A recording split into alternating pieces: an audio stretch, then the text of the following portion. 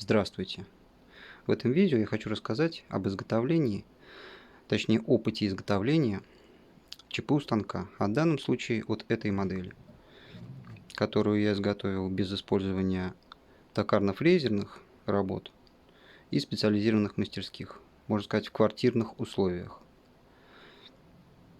И заключается в том, что можно сделать в домашних условиях, имея ограниченный бюджет и минимум инструмента общедоступного, который есть в любых специализированных магазинах. Дрель, шуруповерт, лобзик, ну и так далее. Также за основу взят алюминиевый профиль, который доступен также в продаже в специализированных строительных магазинах. В данном случае представлен кусочек. Весь станок сделан из такого профиля.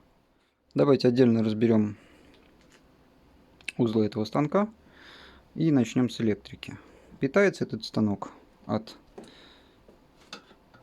блока питания принтера, который выдает 32 вольта.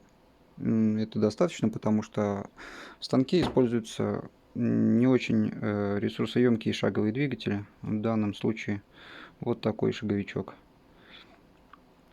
Весь станок построен на них. Это минимальный, не самый маленький, но минимальный шаговый двигатель, который можно приобрести на Алиэкспрессе. Теперь об управлении. Управление скомпоновано вот в этой части станка. Здесь управляющая плата и плата управления оборотами шпинделя. Соответственно, здесь еще стоит концевичок. А на передней части управление самого станка. Включение шпинделя, разъем для программирования, кнопка экстренной остановки и ручка регулировки скорости шпинделя. Шпиндель у меня регулируется отдельно от платы управления, соответственно. С электрикой все, потому что заострять внимание на управляющей плате я не буду. Это бюджетный вариант, и информации в интернете о ней много. Перейдем к механике. Механики или направляющих.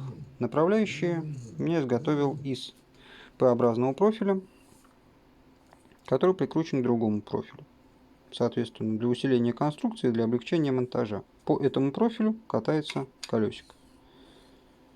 На оси Y у меня 4 колесика.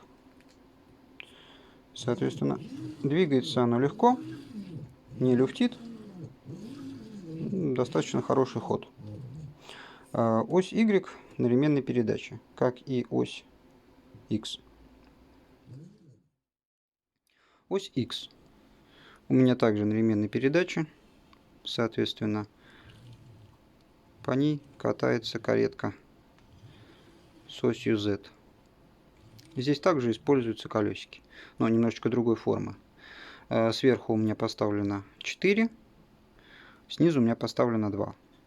Это облегчает монтаж каретки и убирание люфтов. Почему здесь сделано 2 профиля? Потому что был изначально один профиль.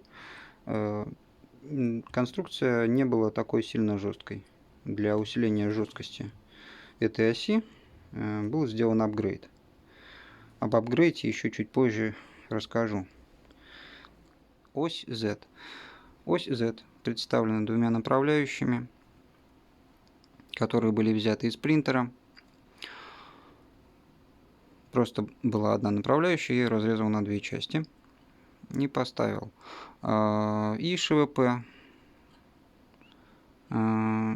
сделанная из обычной штанги диаметром 6 мм. Что за 3 бабышки на ось Z, которые здесь виднеются? Первые 2 это подшипники скольжения для этих направляющих. А третья, соответственно, это передача движения от ШВП. Внутри находится гайка удлиненная. Про эти подшипники скольжения, изготовленные в домашних условиях, это не покупные, из обычной полипропиленовой трубы чуть попозже. Сейчас об апгрейде. Дело в том, что станок был усовершенствован не только тем, что здесь поставлены вот эти 2 направляющих вместо одной. Но изначально в станке использовались вот такие колесики. Это домашнее изготовление колесиков. Они сделаны из полипропиленовой трубы, соответственно, с подшипниками. Идеальной формы добиться невозможно, поэтому в домашних условиях без токарного станка сделать идеальную форму такого колеса – трудоемкий процесс. Поэтому на помощь пришел AliExpress, в котором было приобретено вот такое вот колесико. Ну, соответственно, их несколько было приобретено. Шпиндель, который также был приобретен на AliExpress, это обычный 775 электродвигатель. Соответственно, цанга тоже была приобретена на AliExpress. Бюджетный вариант. Ну и фрезы тоже были приобретены на AliExpress. Двигатель маломощный, где-то, наверное, 100 Вт. Ну, для этого станка и для его функционала хватает. Рабочая поверхность станка сделана из обычного ДСП. Для крепления заготовок исполнена идея мебельных гаек, которые были туда вбиты. Соответственно, на рабочую поверхность можно что-то положить и закрутить гаечку с прижимной шайбой. В данном случае использую пока шайбы, потому что прижимов не сделал. И в заключении обзор получился небольшим, но может быть емким. Станок выполняет свои функции полностью, те, что были заложены мною в него. Обработка дерева, обработка пластика, ну и обработка пеноплекса. Обработка пеноплекса — это была основная задача для будущих проектов. Кому понравилось видео, ставьте лайки, подписывайтесь на канал.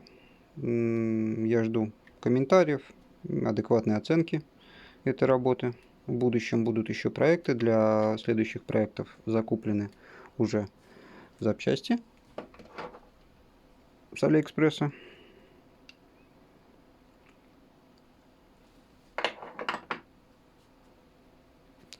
И готовится еще один проект по удалению стружки. Что-то в виде пылесоса. Это будет новый проект для этого станка, потому что очень много стружки, ее надо удалять. Спасибо за внимание. До свидания.